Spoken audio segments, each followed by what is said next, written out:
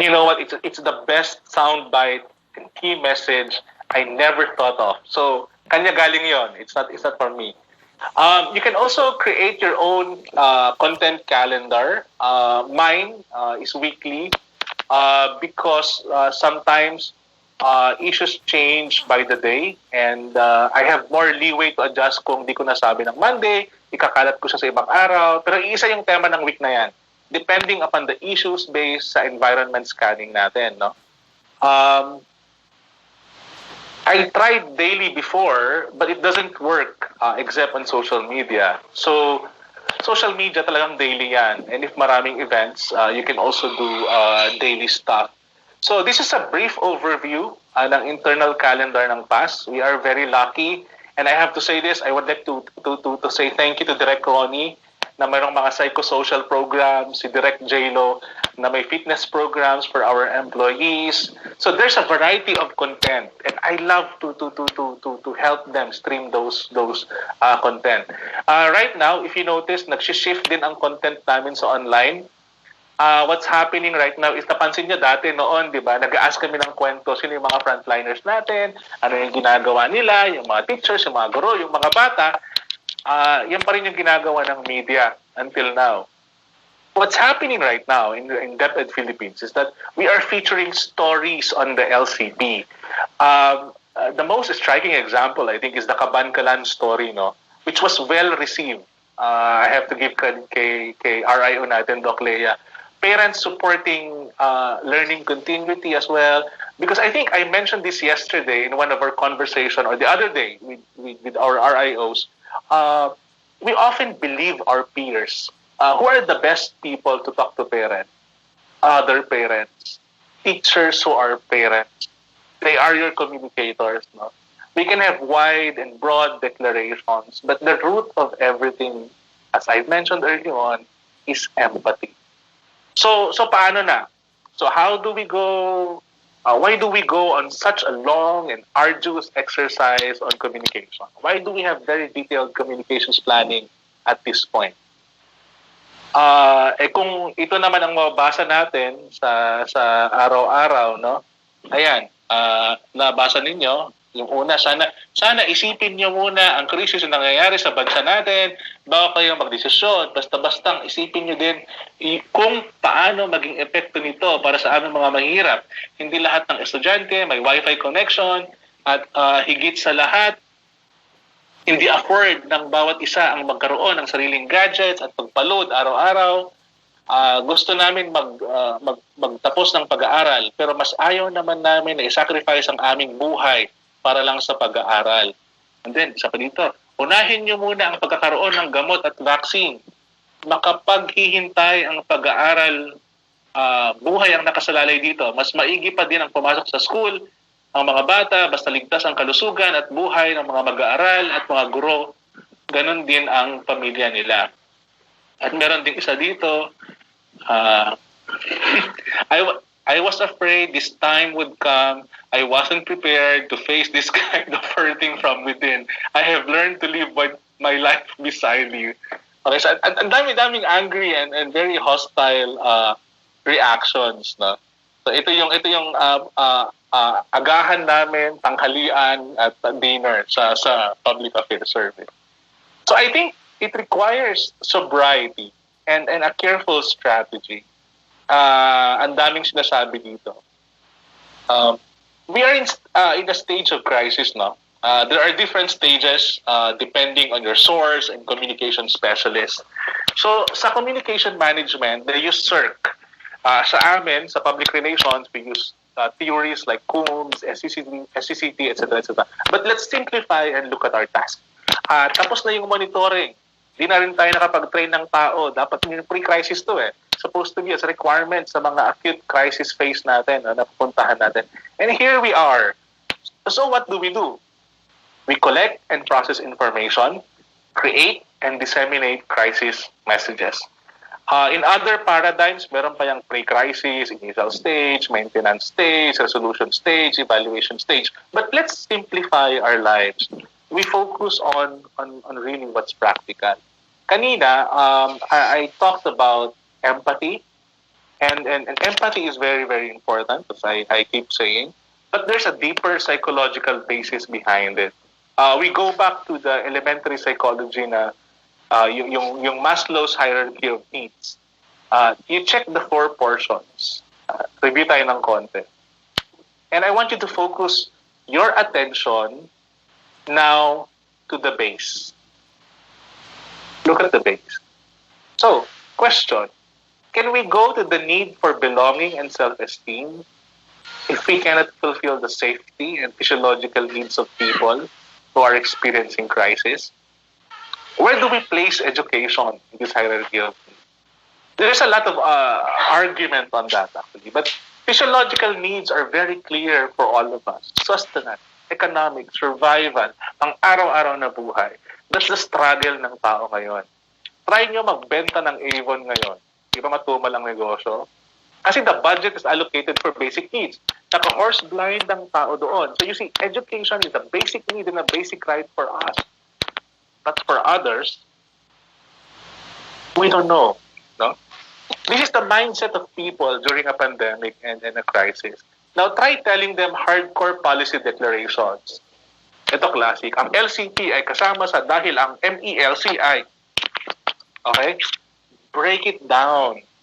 In a crisis, our mind narrows down to a few things. Understand yung anxiety and fears of people who are in crisis. They are not wired at this point to accept issues beyond self-survival. Anger is also very prominent. And often, there is a general feeling of anxiety, hopelessness, and most importantly, denial. Here's another data we can focus on. Notice the first four problems faced during the ECQ. It reminds you to go back to the base of Maslow's hierarchy of needs. These are physiological and safety needs. Even the emotional problems. No? So, the challenge is, how do you communicate with people in these times? Firstly, as I have reiterated, create a crisis response team. I've mentioned that earlier on this presentation, with a very specific responsibility. And you narrow down the protocols.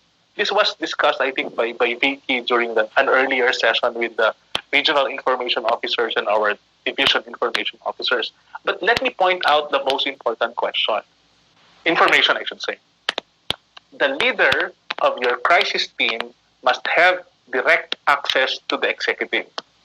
You designate the task, you clear out the protocol. No? After you have created your team, be more proactive in sending your messages. You anticipate.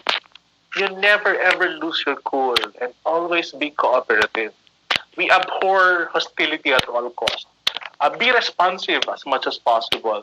Whatever information you put out must engage the public or clear their doubts and fears to a certain extent. Since people in a crisis believe also dun sa first information that they hear, we need to take immediate action. We need to update people of developments, discuss actions and plans and ways forward. We constantly communicate. We constantly empathize. Our policies should be laymanized. I repeat, this is the term now, laymanized. Remember, you are talking to non-experts. Non-experts in education who lack information and whose mindset up has preponderance to anger. That's a challenge.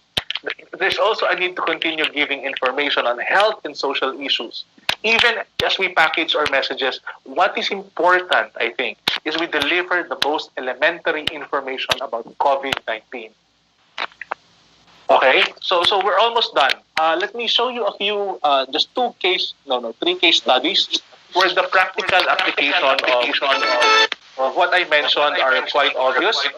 And I'll introduce a very important concept later on. I'm sure some of you know si Sir Richard Branson. He's a multi-millionaire. Meron siyang project noon, an experiment to test space flight as a possible tourism opportunity. So here's a brief backgrounder of what happened a few years ago. So habang nagte-testing ng plane, nag-crash at namatay yung piloto.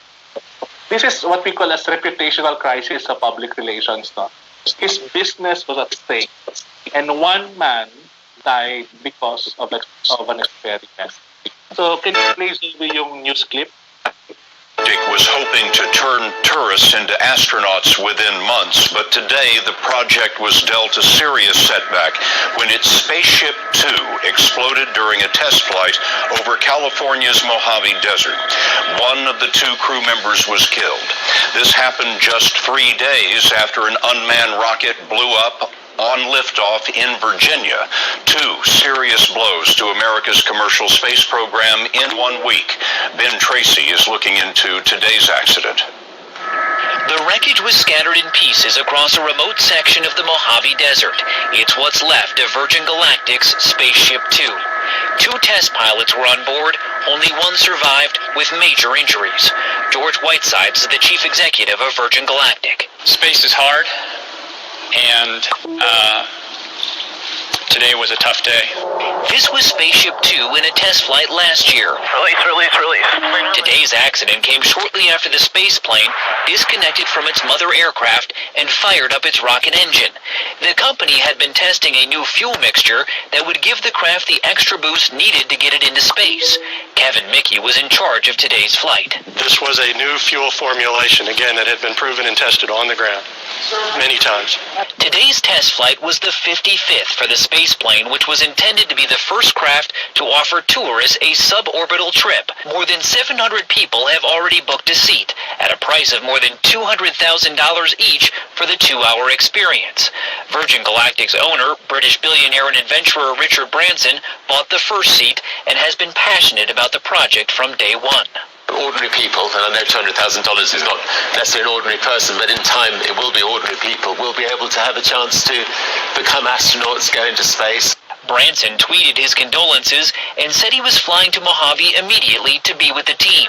Investigators from the National Transportation Safety Board are on their way as well to help determine the cause of the crash that is likely going to be an extraordinary setback for the budding commercial space industry. After years of delays and technical issues, Virgin Galactic thought it was close to finally launching its commercial space business. Had this test gone well here today, Scott, they plan to do that as early as next year. That now is very unlikely to happen. Ben Tracy in the Mojave Desert for us tonight. Ben, thank you. Okay, so, bored na ba kayo? I keep talking and talking. Okay. So, okay. So anong ginawa ni Richard Branson? Lumipad siya. He flew from London to Arizona and faced the press. Observe his speech carefully. Well, thank you very much for coming. Well, this is obviously a very tough time for everybody who works at Virgin Galactic, who works for the spaceship company, and who works for Scale Composites. And most importantly, our thoughts remain with the families of the brave Scale pilots and all those who've been affected by this tragedy. We are determined to find out what went wrong and are working with the authorities to get that information. It is too early for me to add any details of the investigation at this stage. We've always known that commercial space travel is an incredibly hard project. We've been undertaking a comprehensive testing program for many years, and safety has always been our number 1 priority. This is the biggest test program ever carried out in commercial aviation history, precisely to ensure that this never happens to the public. The bravery of test pilots generally cannot be overstated.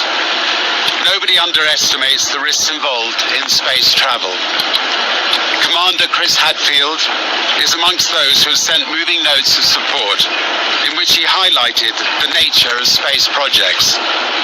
He wrote, "As a former test pilot, crashes and sadly even deaths were frequent. It is a known part of the business. Little solace but reality. Pushing the bounds of knowledge and possibility comes with unavoidable risk. In testing the boundaries of human capabilities and technologies, we are standing on the shoulders of giants. Yesterday, we fell short. We will now comprehensively assess the results of the crash and are determined to learn from this and move forward together as a group of friends and a company. We been touched by the overwhelming support coming from not just the space community, but the world at large. If I could hug every single person who has sent messages of love, support and understanding over the past day, I would. The space community sticks together, and there have been touching messages of solidarity from NASA, even from the International Space Station, X-Prize, our customers, the media, the Virgin family, and many, many thousands of people all over the world, inspired by the vision of commercial space travel. Of all the moving words shared with us, a quote from the astronaut Lisa Nowak stood out. Of course, risk is part of space flight. We accept some of that to achieve greater goals in exploration and find out more about ourselves and about the universe. We do understand the risks involved, and we're not going to push on blindly. To do so would be an insult to all those affected by this tragedy. We're going to learn from what went wrong, discover how we can improve safety and performance, and then move forwards together. I truly believe that humanity's greatest achievements come out of our greatest pain. This team is a group of the bravest, the brightest, the most determined, and the most resilient of people. We are determined to honour the bravery of the pilots and the teams here by learning from this tragedy. Only then can we move forward, united behind a collective desire to push the boundaries of human endeavour. Thank you very much. Okay. So, ano nangyari after, no? Lumipad si Branson, he delivered that very well-crafted speech, no? The media carried his story. He recovered from the backlash, but notice something in the structure of his speech. Note as well that there are two lessons here. Firstly, the value of reputational capital. No? Reputational capital is the goodwill that you have earned for a long time while conducting your business. Richard Branson was a well-known philanthropist at respetadong businessman. So when the crisis came, he had a high reputational capital and he recovered easily. The second lesson is that when his spokesperson, yung naunang nagsalta kanya sa TV, no, talk, hindi siya pinansin ng media. But when he himself arrived, he was the instant protagonist of the story. He was able to do that because he is the executive. Sometimes there's a limit to spokespersons. In critical events, allowing the principal to talk and communicate is also a good strategy. Iba kasi kapag yung pinakamataas ang nagsasalita. So let's break down his speech, no? There's an invisible outline which is not obvious to everyone, but this is very, very clear for public relations professionals. Yung speech po niya ay carefully constructed to follow the IACP approach. Okay, what is that? You don't see it on your screen. IACP is information, action, concern, perspective. Let me break it down for all of us. Information. What happened? What is the event? What are the information that we need to know? Action. So given the incident, what have you done? And what did you do moving forward? Concern. Concern. So people died. People were in danger. How did you feel about it? Did you feel remorseful? You go back to empathy. Perspective. So given the events, given that you did something about it, and indeed you are remorseful, how do we as the public, as the audience, comprehend or understand the tragedy which has happened? So that's information, action, concern, perspective. Now we see this repeating again on another case, no, in New Zealand. Last year, nagkaroon ng terrorist attack. 40 people died and 20 were injured. Yung Prime Minister ng New Zealand was the first to respond sa news. Now that you know the IACP approach, information, action, concern, perspective. Now, I want you to observe how the IACP approach was applied in this speech. So can you play it, Zoe, for us?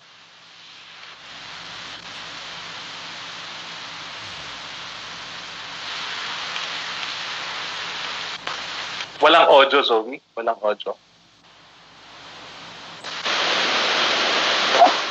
I have now had the opportunity to be fully briefed with the details of the unprecedented events that took place in Christchurch this afternoon. It is with extreme sadness that I tell you that as at 7 p.m. tonight, we believe that 40 people have lost their lives in this act of extreme violence. 10 have died at Linwood Avenue Mosque, 3 of which were outside the mosque itself. A further 30 have been killed at Deans Avenue Mosque. There are also more than 20 seriously injured who are currently in Christchurch A&E. It is clear that this can now only be described as a terrorist attack. From what we know, it does appear to have been well planned. 2 explosive devices attached to suspects' vehicles have now been found and they have been disarmed. There are currently 4 individuals who have been apprehended, but 3 are connected to this attack who are currently in custody. One of which has publicly stated that they were Australian born. These are people who I would describe as having extremist views that have absolutely no place in New Zealand and in fact have no place in the world. While we do not have any reason to believe at this stage that there are any other suspects, we are not assuming that at this stage. The Joint Intelligence Group has been deployed and police are putting all of their resources into this situation. The Defence Force are currently transporting additional police staff to the region. Our national security threat level has been lifted from low to high. This, I want to assure people, is to ensure that all our agencies are responding in the most appropriate way. That includes at our borders. Many of you will have seen that Air New Zealand has cancelled all turboprop flights out of Christchurch tonight and will review the situation in the morning.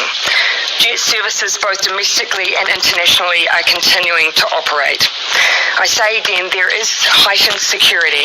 That is, of course, so we can assure people of their safety, and the police are working hard to ensure that people are able to move around their city safely.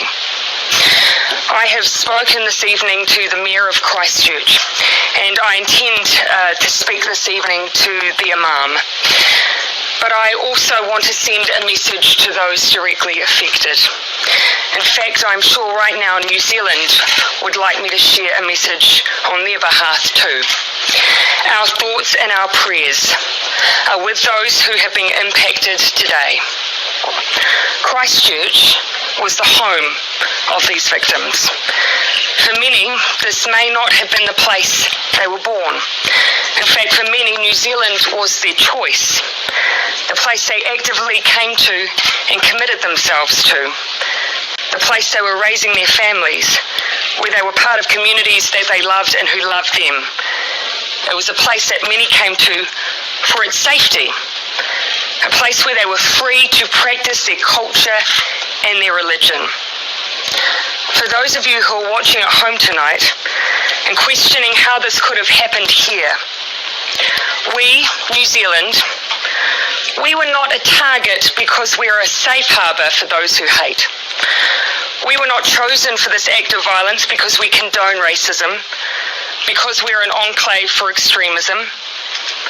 We were chosen for the very fact that we are none of these things, because we represent diversity, kindness, compassion, a home for those who share our values, refuge for those who need it.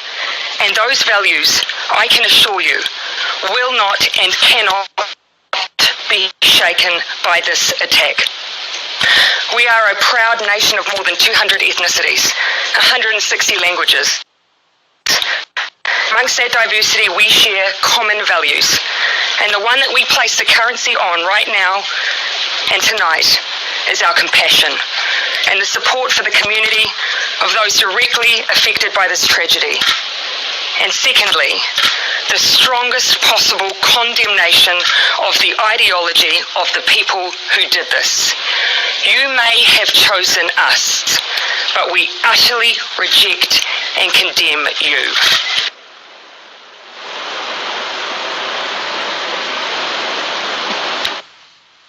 Okay, so we go back now. So I guess this time, no, you will see a crisis. You will never see a crisis statement the same way again as before. So one of her communication advisors was actually one of my teachers. You cannot Google IACP. Try it. No? Nothing will appear. Jacinda followed the format to the dot. But let me show you a last example, which is dealing with the pandemic naman, with COVID-19. I'm sure some of you have seen this. When Singapore first started reporting the coronavirus, their Prime Minister, Lee Hsien Loong, went on TV and addressed the Singaporeans. So a lot of people were praising him for his speech and statement. But I'll show you in a few seconds what he was following and the hidden outline in his statement. This time, ang ginawa naman niya, nag-juggle siya ng IACP throughout his speech, but it's basically the same. If you are a public relations specialist, you will see. Okay? So let's play the Lee Hsien Loong speech on COVID-19. Fellow Singaporeans, we have faced the new coronavirus situation for about 2 weeks now. The ministerial task force advised by DPM Heng Swee Keat has been leading the government's response to this outbreak. They've been dealing with new developments every day and holding regular press briefings to keep Singaporeans informed every step of the way. Today, I want to speak to you directly to explain where we are and what may lie ahead. We went through SARS 17 years ago, so we are much better prepared to deal with the new virus this time. Practically, we have stockpiled adequate supplies of masks and personal protective equipment, PPE.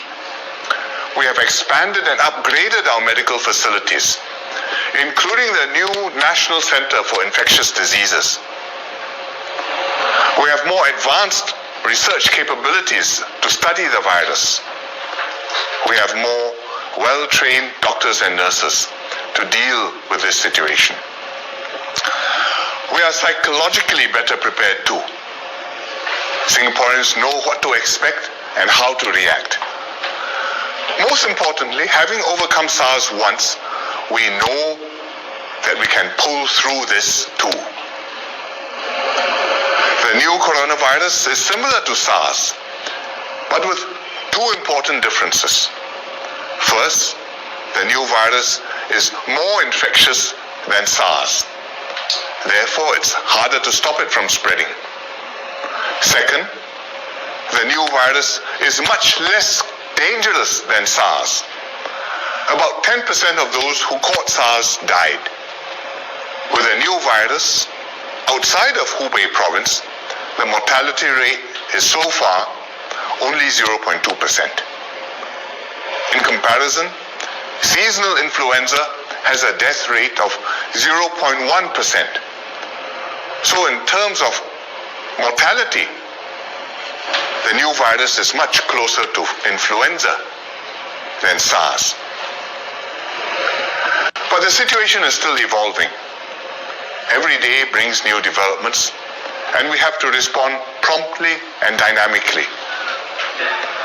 So far, most of our cases have either been imported from China or can be traced to imported cases.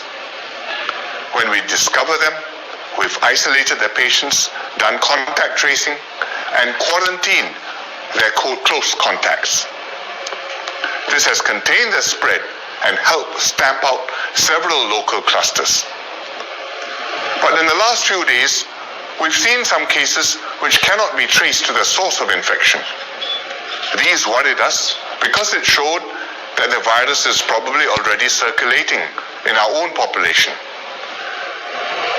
And this is why we raised the DORSCON to orange yesterday and are stepping up measures.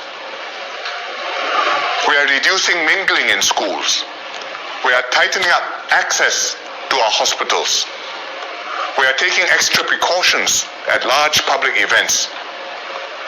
I have already postponed my Chinese New Year Istana Garden party for grassroots leaders, which was to be held tomorrow.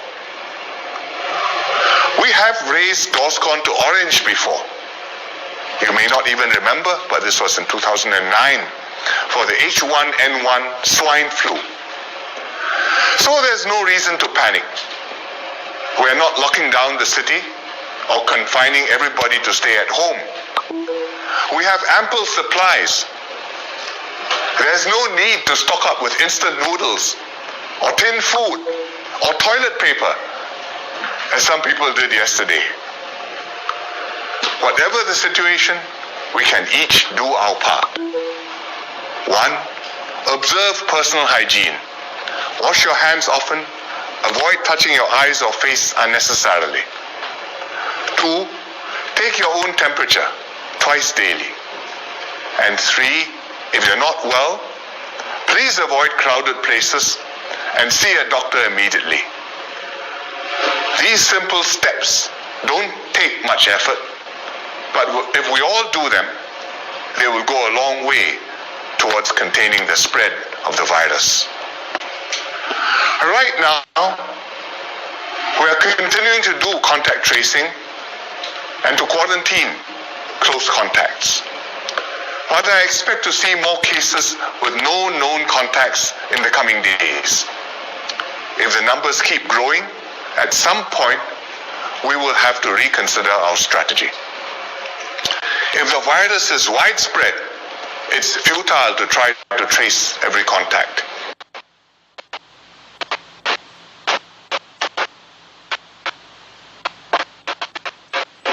If we have a case of cells found, at that point, provided the fatality rate stays low, like flu, we should shift our approach.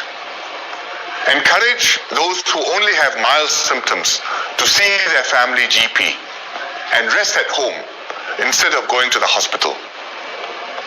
And let hospitals and healthcare workers focus on the most vulnerable patients, the elderly, young children, and those with medical complications. We are not at that point yet. It may or may not happen, but we are thinking ahead and anticipating the next few steps. And I'm sharing these possibilities with you so that we are all mentally prepared for what come. I am confident of the medical outcome of this outbreak. Most Singaporeans should remain well, and of those who get ill, most should expect to recover. Among those who have been hospitalized so far, most are stable or improving. Several have already recovered and been discharged, although a few remain in critical condition. But the real test is to our social cohesion and psychological resilience. Fear and anxiety are natural human reactions. We all want to protect ourselves and our families from what is still a new and unknown disease. But fear can do more harm than the virus itself. It can make us panic or do things which make matters worse, like circulating rumors online, hoarding face masks or food, or blaming particular groups for the outbreak. Instead, we should take courage and see through this stressful time together. That is, in fact, what many Singaporeans are doing. Grassroots leaders and Team Nila volunteers have stepped forward to help distribute masks to households. University students are delivering food daily to schoolmates confined to their dorms on leave of absence. Healthcare workers are on the front line, treating patients in hospitals and clinics and helping them get well again. Business federations, unions, public transport workers are going the extra mile to maintain services, take care of workers, and keep Singapore running. They are inspirations to all of us. This is what it means to be Singaporean. This is who we are. Let us stay united and resolute in this new coronavirus outbreak. Take sensible precautions, help one another, stay calm, and carry on with our lives.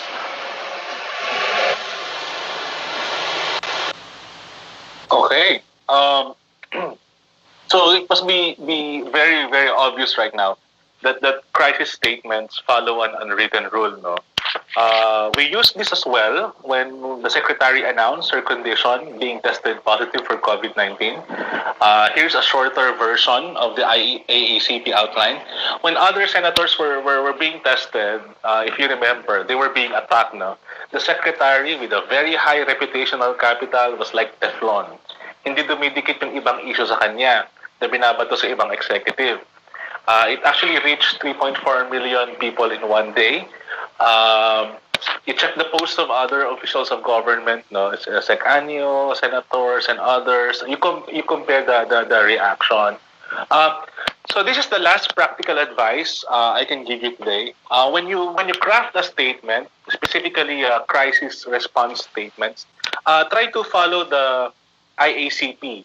Not in that order. You mix and match, but it's basically the same outline. Lastly, on an empathy, siguro napapansin ninyo, anong nangyayari sa DepEd Philippines? Bakit may mga Monday prayers? Bakit pag may crisis at may mga issues, no? Which is weird because when I introduced it, people were resistant. There were verses from the Quran, the Bible, and inspirational messages being posted suddenly. My instruction was, if DepEd Philippines is not feeling the teachers and the learners, then we have missed something terribly. Hindi siya bulletin board na ginagamit lang natin pag may ina-announce lang tayo. It can also be a source of hope and inspiration now more than ever. So I'll show you the following, as you can see. So you need to acknowledge, empathize, know what your audience is thinking and feeling. Because crisis breeds uncertainty. Connection. Ang Pinoy ay very emotional na tao. So, basic Filipino psychology. The dark side of it is some people are taking advantage of the anxieties of the public by pushing a different agenda. No? They want to rouse the public to revolt. Ayoko mag-mention. Baka maralihan ako. There are also there are also evaluation and monitoring criteria in place. Di pwedeng magplano ka at nag-execute ka. Hindi na sasagot yung pinakamahalagang tanong. Was it effective? So here's a basic evaluation and monitoring scheme. No? We should have generated engagement and support. The public's perception of us has improved. Nakikita yan sa pagkonti ng negative reactions. There are constant negative groups. No? Maraming ganon. Don't include them in the equation because no matter what you say, they will never go to your side. Monitor them. But it depends, or rather, you play it by ear if you have to respond. Awareness of health and safety priorities are also very important. You are able to respond to queries faster. And you will have maximized as well, no, yung opportunities of communications and public relations. There's a quantitative and qualitative way of breaking it down. But I suggest siguro FGDs or our survey after a communication exercise. Baka maraming violent reaction kasi ang mahal nun. Siguro when a crisis dissipates and you are on your normal communication routine, no, then you have to overcome it. Most especially, you were able to bounce back. I think that's the best indicator from the terrible incident of reputational damage. So given that we were able to see the process of coming up with a communication plan, crafting the messages, the basis of crisis and how to respond to it, we now have an appreciation or a basic understanding of where we are and where we stand. I think the good communicator knows that his role comes into the forefront. We have to understand our information officers are also our frontliners in this battle. So the last question is, how do we move on from here? I have a very bad news. Unfortunately, I have to remind everybody that crisis communications and communication in general is not an exact science. You need a good communication manager who has the skills to really have great understanding of the issues and feelings, yung mga nararamdaman ni Manong Edgar at Aling Evelyn at Maginhawa Street, Quezon City. Minsan, no, parang baliw ko, usap ko yung sari-sari store owner sa tabi, yung bagger sa SM. Minsan, I listen to sa mga usapan sa Jollibee, yung mga middle to lower class people. But be very careful about influencers then, and opinion makers. But that's for another session if you're still interested. My point being, always package communication to the comprehension level of the average reasonable person. It's not enough that our peers understand us. The real challenge is not in complicating simple things, ika nga, but in making complicated things simple. In crisis, basic psychology dictates it is imperative that we simplify our messages. We try as much as possible to leave no room for confusion. So why are we doing this exercise? Going back to our famous fortune teller na manghuhula si Master Hans, no? And yes, he might have failed in predicting this year to be very, very lucky. And here we are facing crisis after crisis. But what is important is the stability of our emotions and the clarity of our thoughts. Because our success will depend greatly upon us and how we react to things we cannot control. We are as human, no? as the people we talk to. That cannot be overemphasized. May we never lose that humanity and that empathy that we need at this time. Perhaps this is also a great start that we get to know each other because in this long battle, we have to rely on each other to survive. We need to start alliance building inside the home because the reality is that there's a battle to be fought and a war to be won. And we don't want us, the dead soldiers, scattered in the field. But rather, while we heal as one, we also fight as one for our institution, the Department of Education. Because in the long run, PAS and the secretary cannot do this alone. When I joined DepEd, I remember her first marching order was very clear. June, please protect the institution at whatever way you can. And I would like to ask each one of you to listen and echo the same call. If we rally and move forward so long as we should be doing, we cannot advance alone. We have to do it together. In this time, siguro, where everything is unpredictable and everyone is vulnerable, because our efforts in the coming days are not dependent upon luck and good fortune. We have to do our part. Kalimutan muna natin yung mga hula ni Master Hans. Sabi nga nung isang manghuhula na mas favorite ko, no? Hindi hawak ng bituin ng ating kapalaran. Gabay lamang sila. Meron tayong free will. Gamitin natin ito. So to put simply, we have to understand that there are a lot of things beyond our control. The good news, however, is we can maximize the things which are under our control. 2020 will be a great year to remember, perhaps in hindsight. Personally, I want to choose remembering this year as a year of overcoming challenges and getting through the biggest crisis of our lives because we were successful at building our ranks.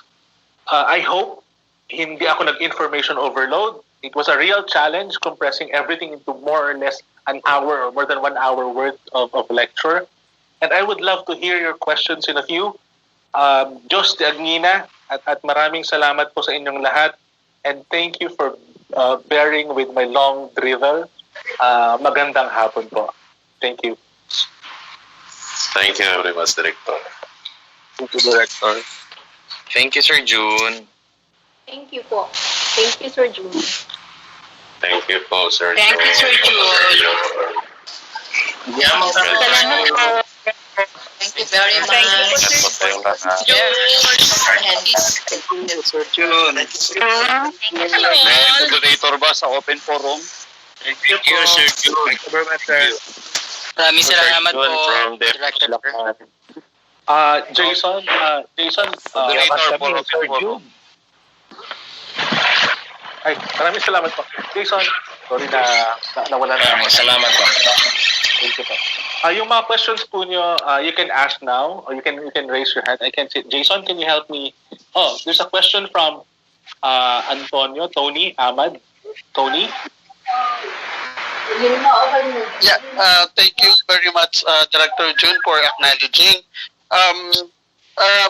We appreciate much your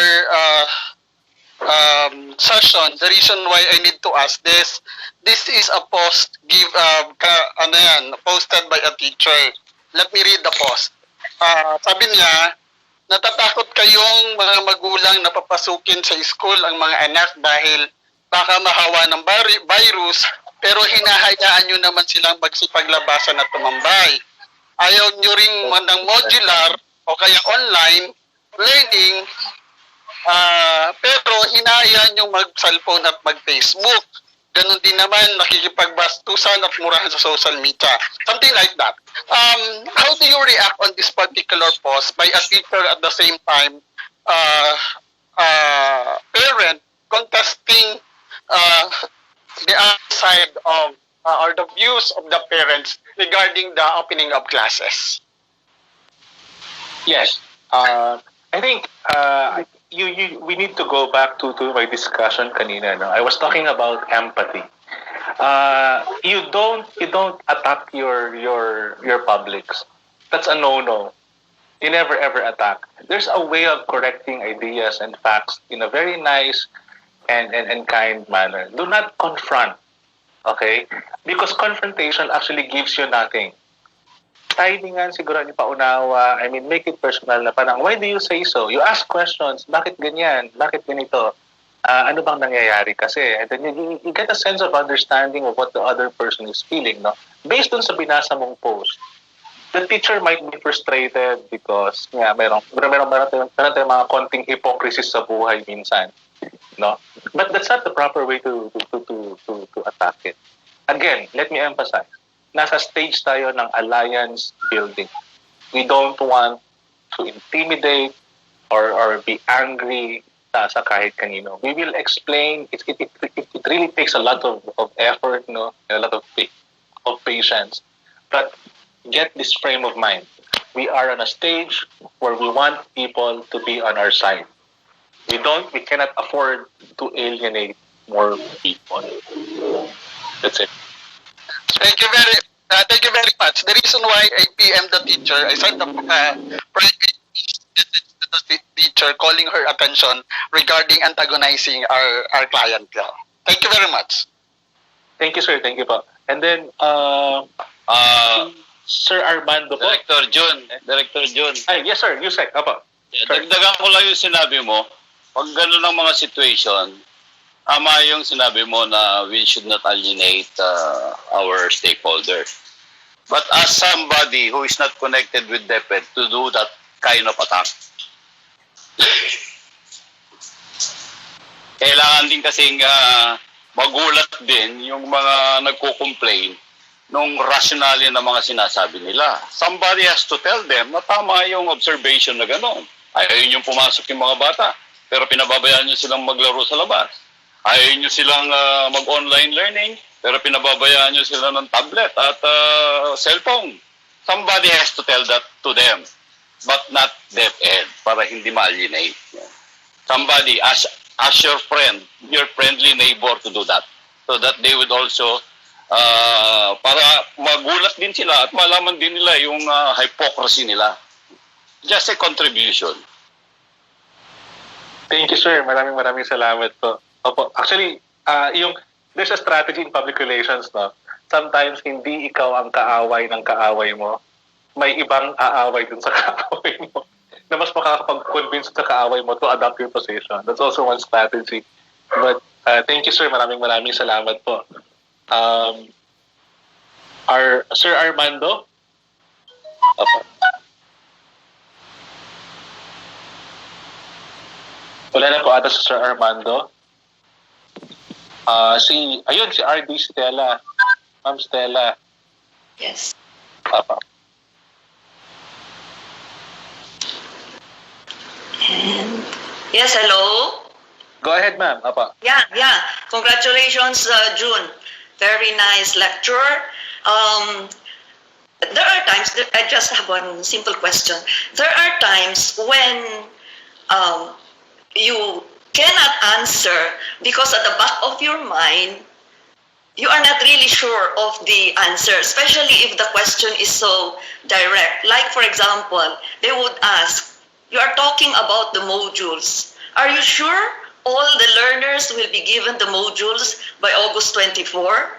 So how could we answer that in a way that we are not really promising, or how would you answer that, Sir June?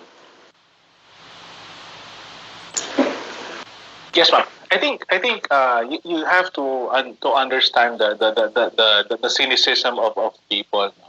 Again, we go back to the psychology of crisis. Sometimes kasi during times of crisis, what's happening is that people tend to question things that they're not very aware or competent of knowing at the outset. They challenge everything. They question everything. No? I think if that's a question coming from the media, I think it may be right to provide a course of action.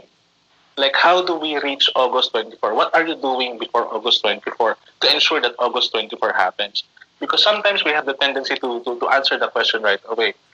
Like, for example, available ba yung module sa August 24? We say, yes, magiging available. But I think we have to break it down. How do we ensure that the modules are going to be ready by August 24? And we're going to, and it's going to happen. So I think siguro po, before we answer the question, we have to identify yung ating course of action po. Yeah. Okay. Thank you very much. Thank you, ma'am. Thank you very much, Sir June. Ayan po si Ma'am Edna Ramirez po. Great. Hi, Director Jun. Can you hear me? Ay, opo ma'am. Yes, ma'am. Opo. Hi. See that. I'm from the Child Protection Program. Ako po yung focal person assigned sa Office ng Undersecretary for Legal Affairs under the Office of USECJO. So, hi. So, we have been... Yes po. So you have been uploading the material shared by our partners po on child protection, and as we can all see, tumataas po yung incidence ng violence of abuse, especially when committed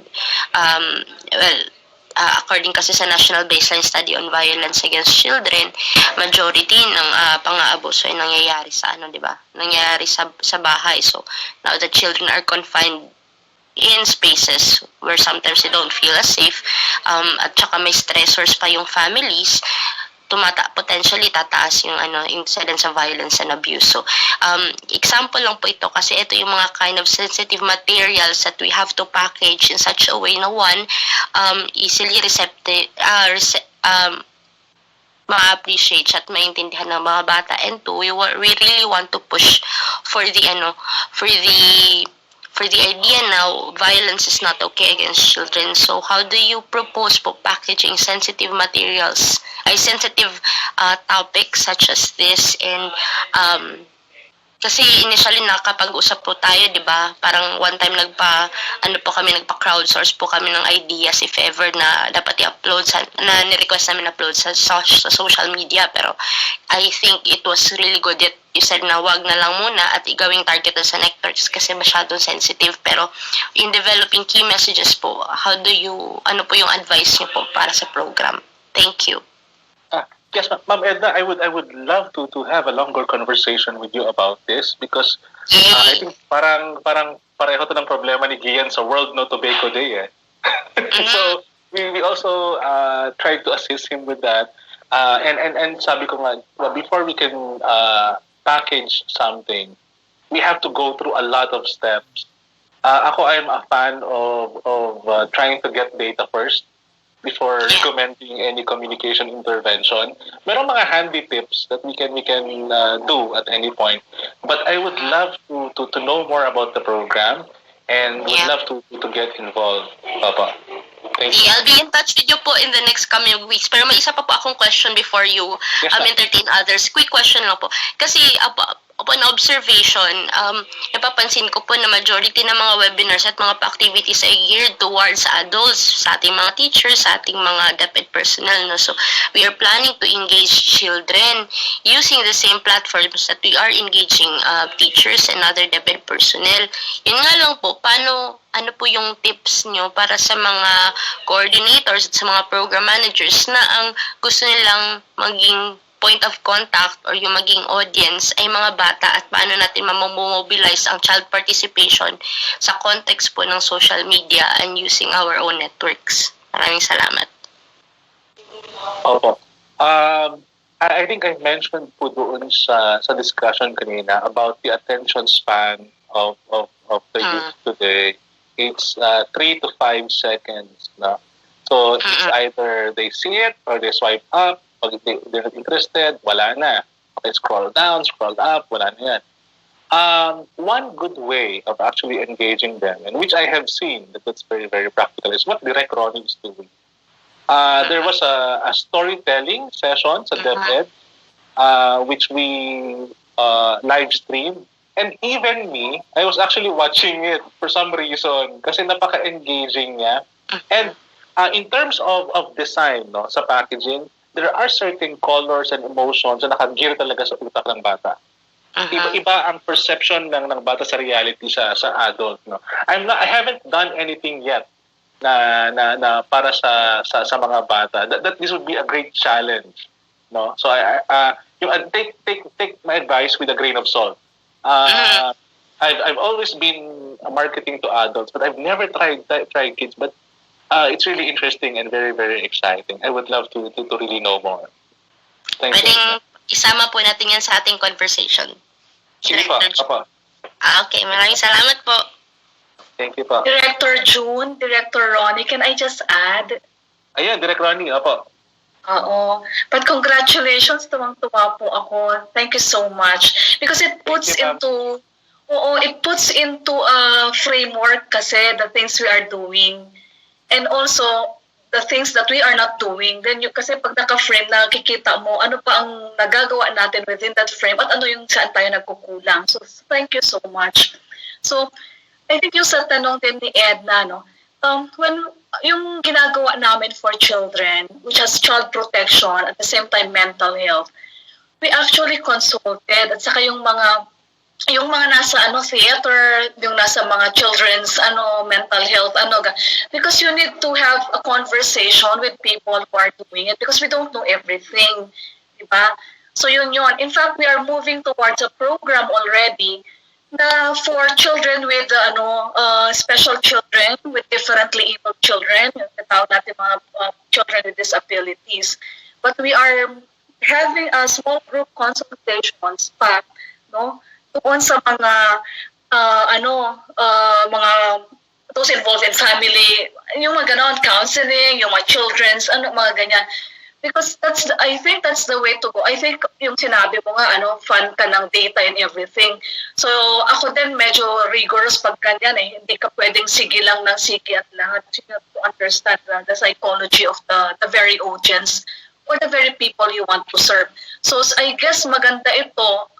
You've been helping us, so thank you for that. So, I guess sila Edna rin, we can have that conversation because our program already runs weekly. But there's room for more partners on this. Thank you po. Yes, I agree, Director Ronnie. Sorry, Director June. Padagdag po. Maraming salamat po kasi very willing and receptive po yung mga bureaus to work in collaboration to further advance yung mga key issues na kinakaharap nila during this pandemic. So, kinikilig lang po ako kasi willing po kayo na mag-work with us. Maraming salamat po, Director Ronnie at Director June, and sana po walang sawa kayo mag-entertain sa aking mga emails at pa-Viber ko, mga pa-webinar. Thank you po. Ma'am, eto nasa stage nga tayo ng alliance building. Okay, thank you, ma'am. Thank you po. Sir Art, si Art po, may tanong po ata. Yes, good afternoon, Director June. Good afternoon, sir. I just want to share you, and I know it's not only me who have experienced this, the experience about being interviewed by TV or radio broadcasters, that sometimes they really need categorical answers for some questions. And, you know, what made us quite difficult to really navigate this is because of uncertainties, no? For example, we discuss about modalities and we keep emphasizing that this is dependent on the risk severity level of the context. And sometimes we're just looking at, we are presenting options and we're presenting them the possibilities of these options that will correspond to. And I agree with you that we have to break down on how much have we done to be able to ascertain the directions that we are going.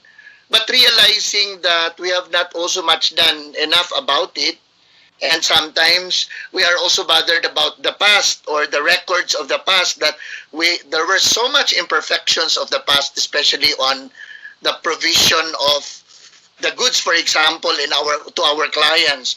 And sometimes it gave us so much discomfort of how do we handle situations.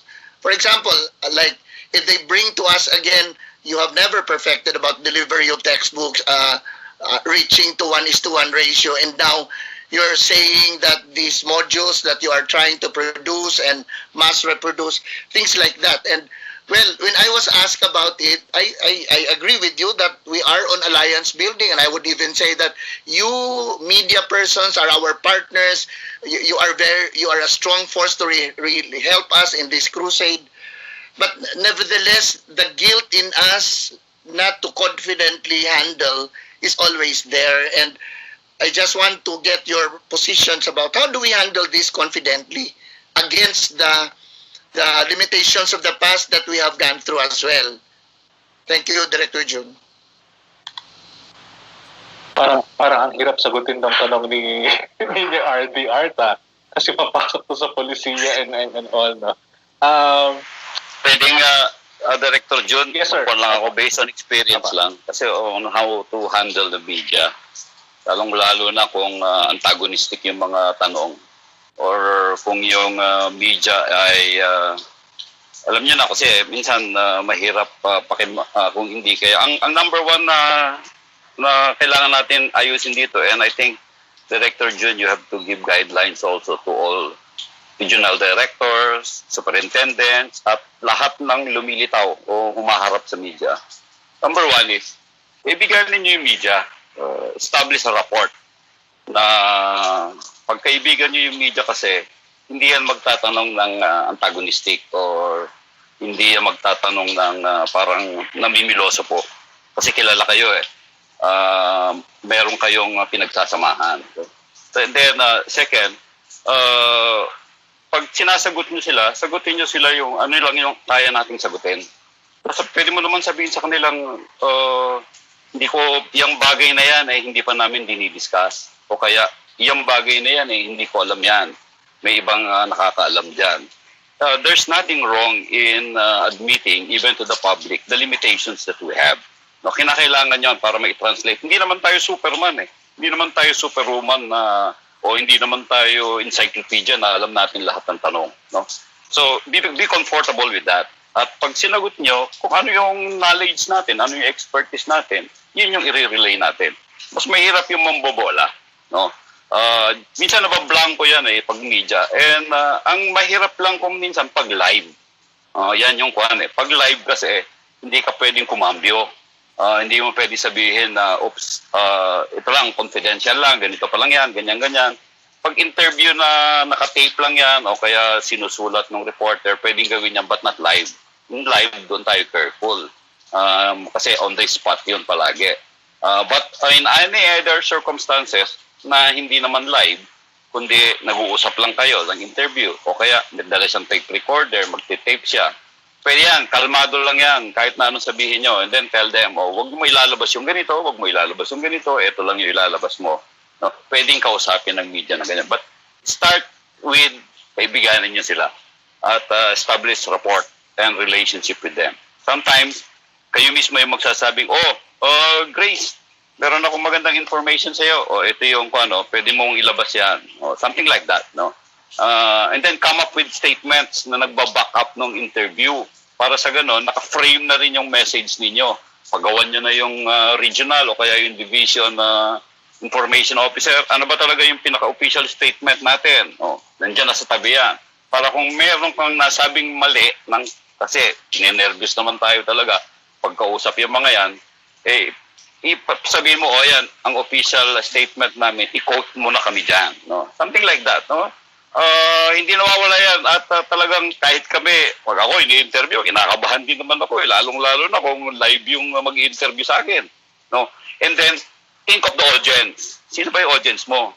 Hindi si media ang audience natin.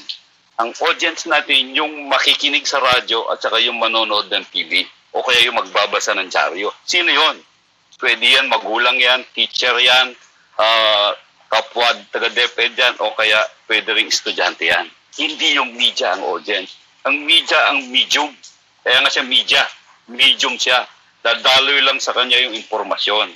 Pero talk as if you are, when you answer the question, talk as if ang kaharap mo parents, ang kaharap mo teacher, ang kaharap mo learners, and other members of society. Yun lang. Just dagdag yun para kay RD Art at sa lahat ng mga nai-interview on the ground. Opo. At saka another, sir, that's the reason why I talked about the algorithm, yung QA, KM1, KM2. Because whatever question that's being asked to you, you always answer it in a way na you're providing a course of action, like what I talked to RD Stella. Because ang ayaw ng tao is yung walang action eh. So you have to discuss ano yung ginagawa mo to make it happen.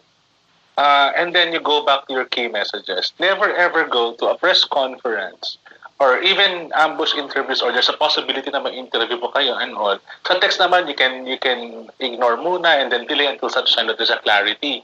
Sa email din.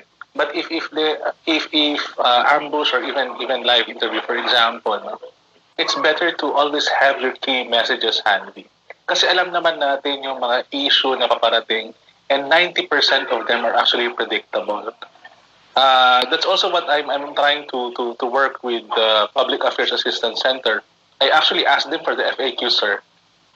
Yun yung sabi ko, ano ba yung mga most common questions na tinatanong sa atin?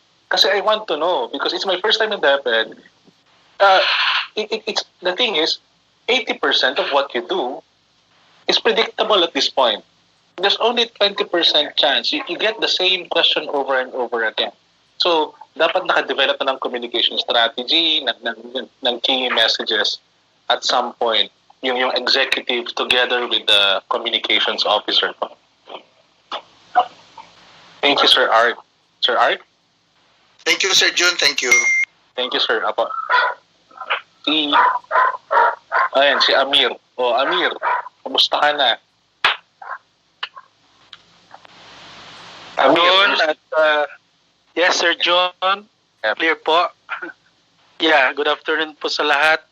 I was listening very intently and daming takeaways, Sir John. Thank you so much.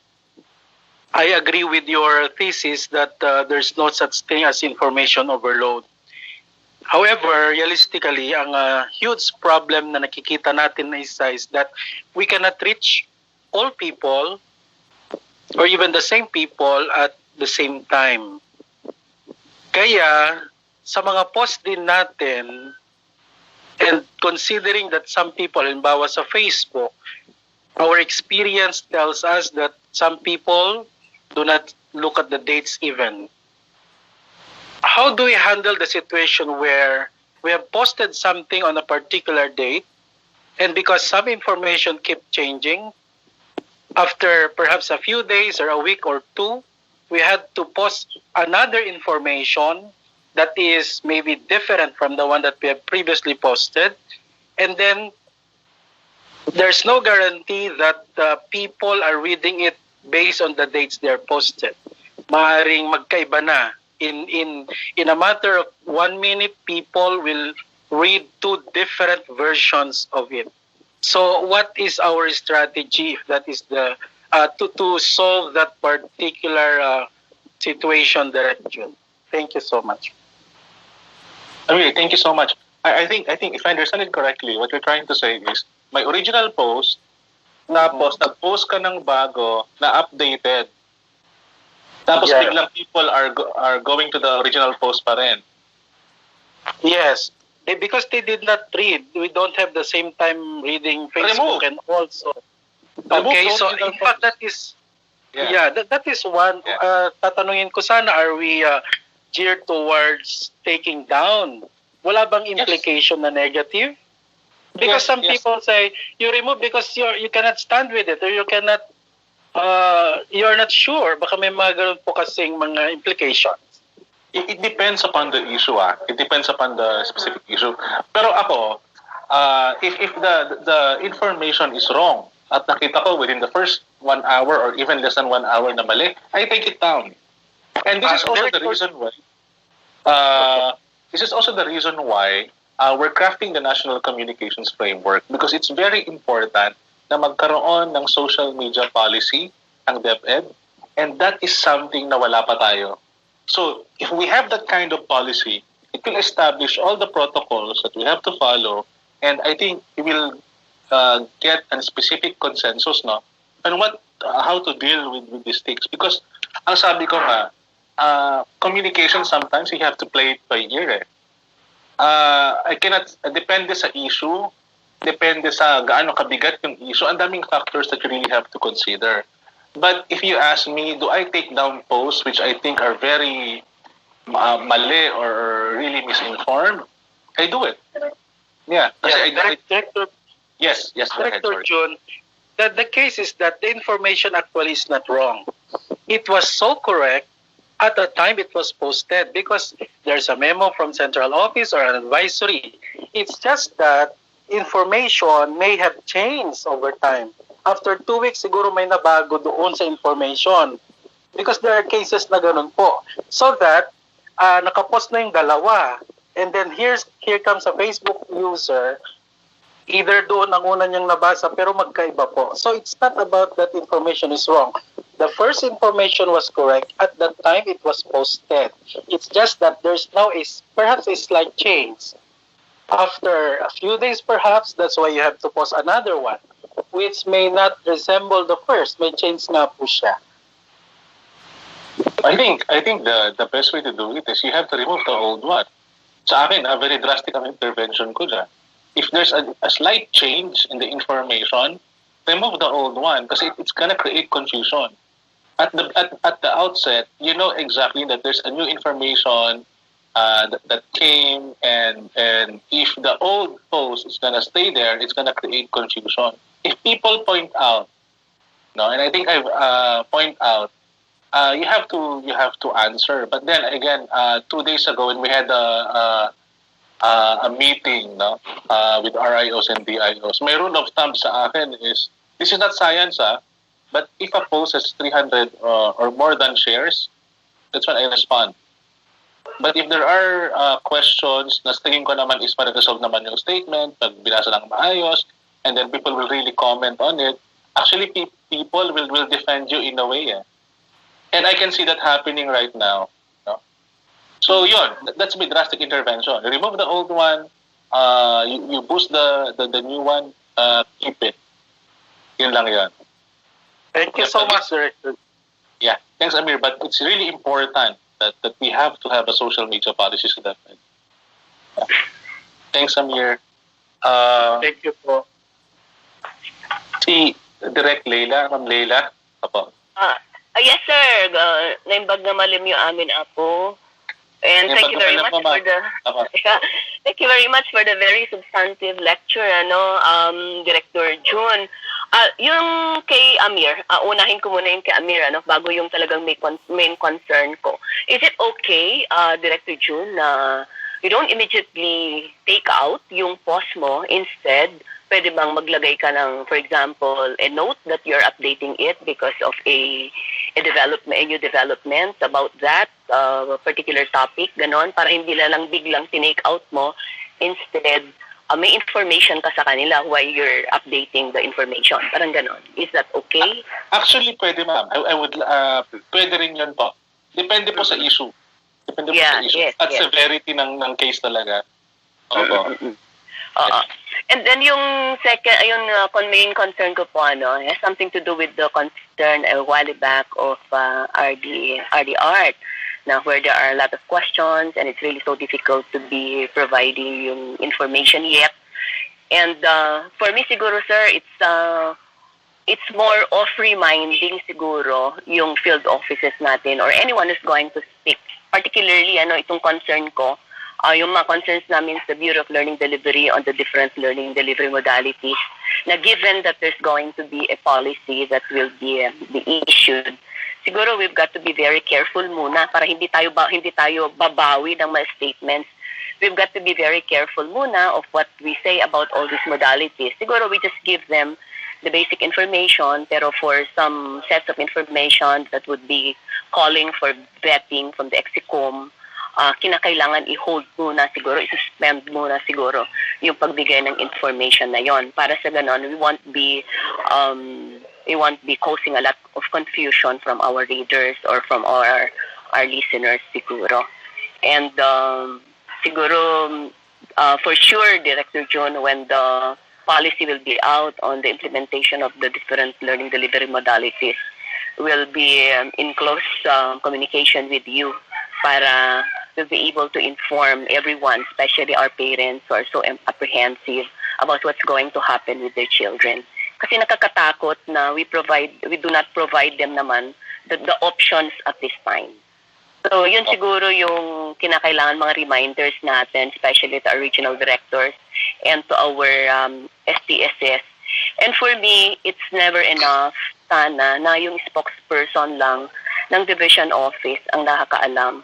Sana there's going to be we really have to do information dissemination, especially to our teachers, kasi sila yung kausap ng mga magulang para we're saying the same thing. I completely agree, Ma'am Leila. Actually, yun yung mention ko kanina, yung alliance building, yung sa PTA. Yeah. The other day, there was last week, a hostile reaction from PTA. But then, somebody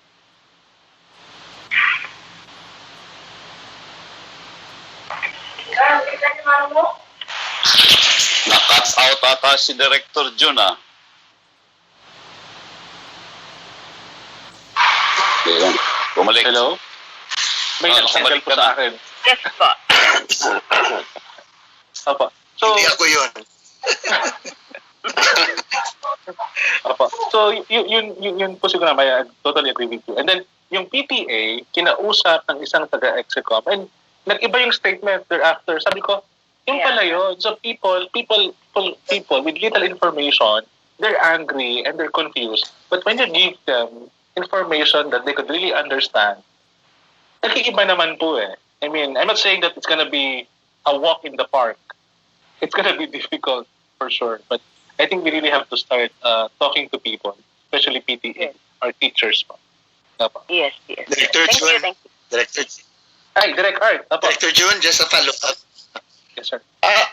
Yeah, I agree with your explanation, but in fairness to Director Leila, in respect to Director Leila's point, I think at this time, every time we are answering questions of media, we cannot stop their minds to think and ask about modalities because that's the top issue. And well, when we answer them, we don't categorically say that these are the options chosen by a certain division.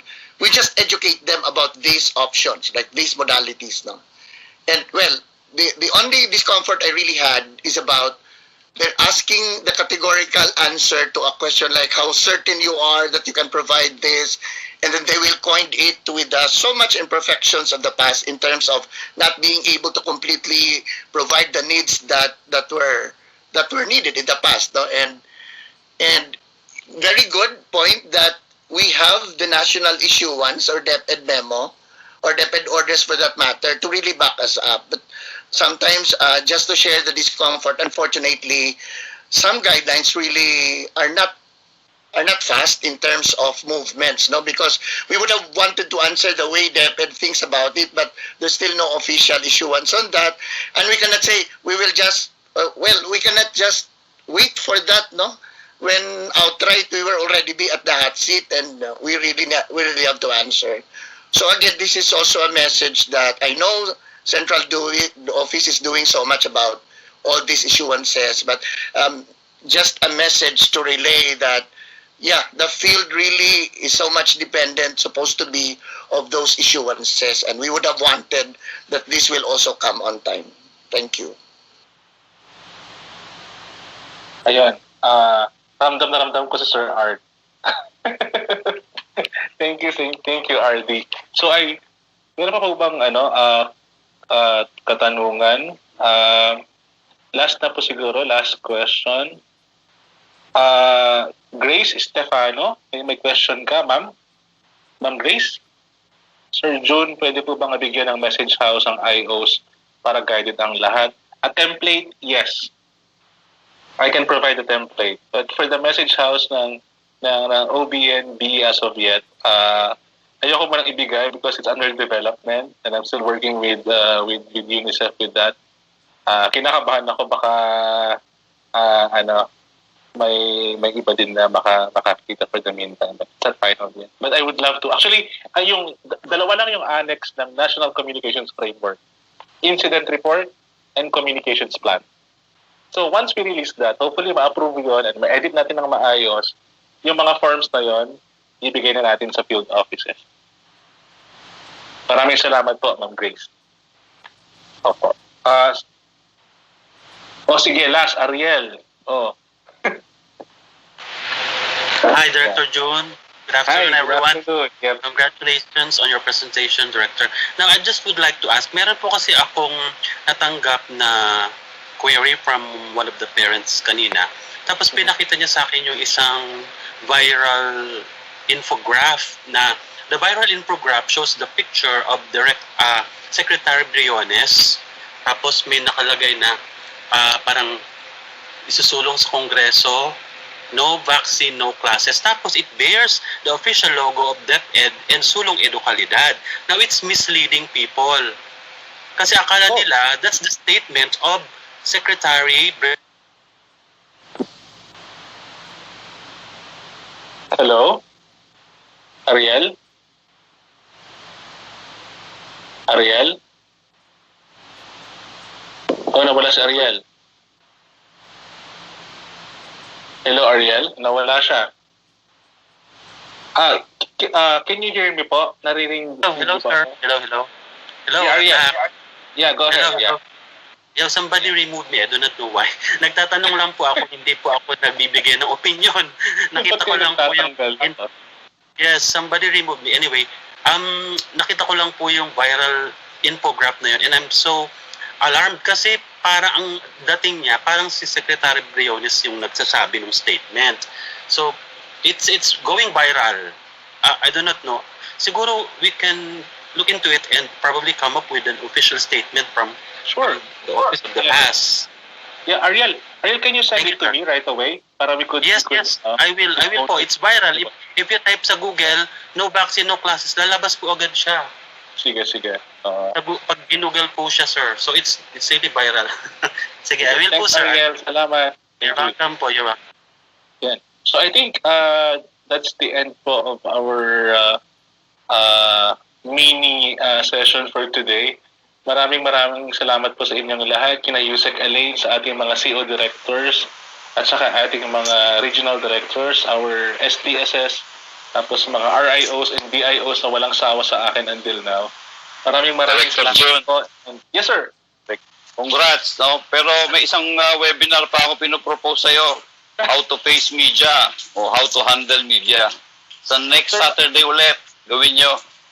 Sir, maniningil na ako ng 50-50 or in-kind, relief goods. Thank you, sir. Opo. Maraming salamat po sa inyong lahat. Thank you. Thank you. Congratulations. Thank you, ma'am. Thank you po, dear June.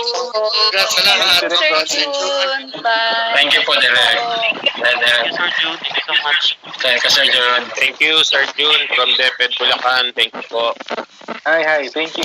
Maraming salamat. Thank you. Thank you, Sir John from DepEd. Thank you for Sir June from DepEd Surgeon. Thank you, Sir June from Nueva Vizcaya. Bye po. Ayun, taga Vizcaya. Taga dyan ang dapat. Thank you, Sir June from STO Isabela. Rumor, nakita yung Ilocanon.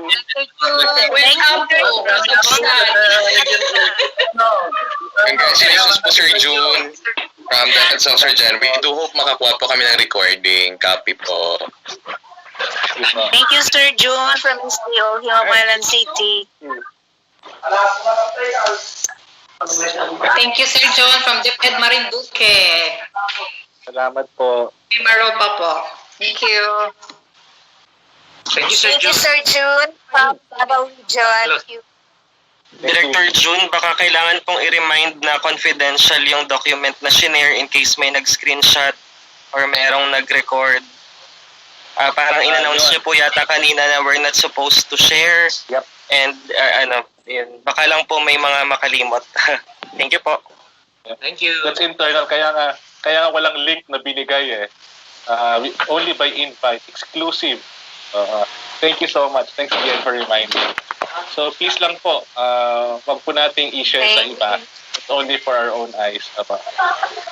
Thank you. Hello, po. Director. It's there. Nasa chat na po natin yung ano po. I just posted it. Yun, senior na in grab. Nakitignan niyo po, Director. Alright, thanks, Ariel. You're welcome. Wait, stay safe. Ingat kayo dyan.